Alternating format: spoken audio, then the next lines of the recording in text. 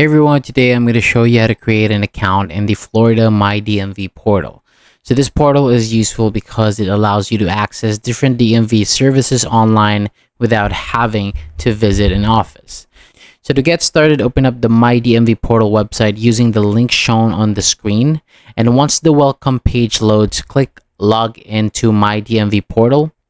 Next, read the Driver Protection Act notice and then check the I agree option and then continue. And from there, select Enroll Now, then choose Individual as your account type. After that, enter your name, date of birth, contact information, and then residential address.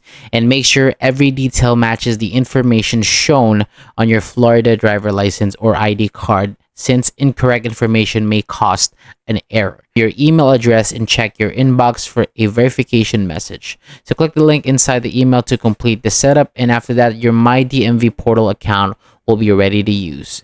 Thank you so much for watching. For more videos like this, hit the subscribe button below and I'll see you on the next video.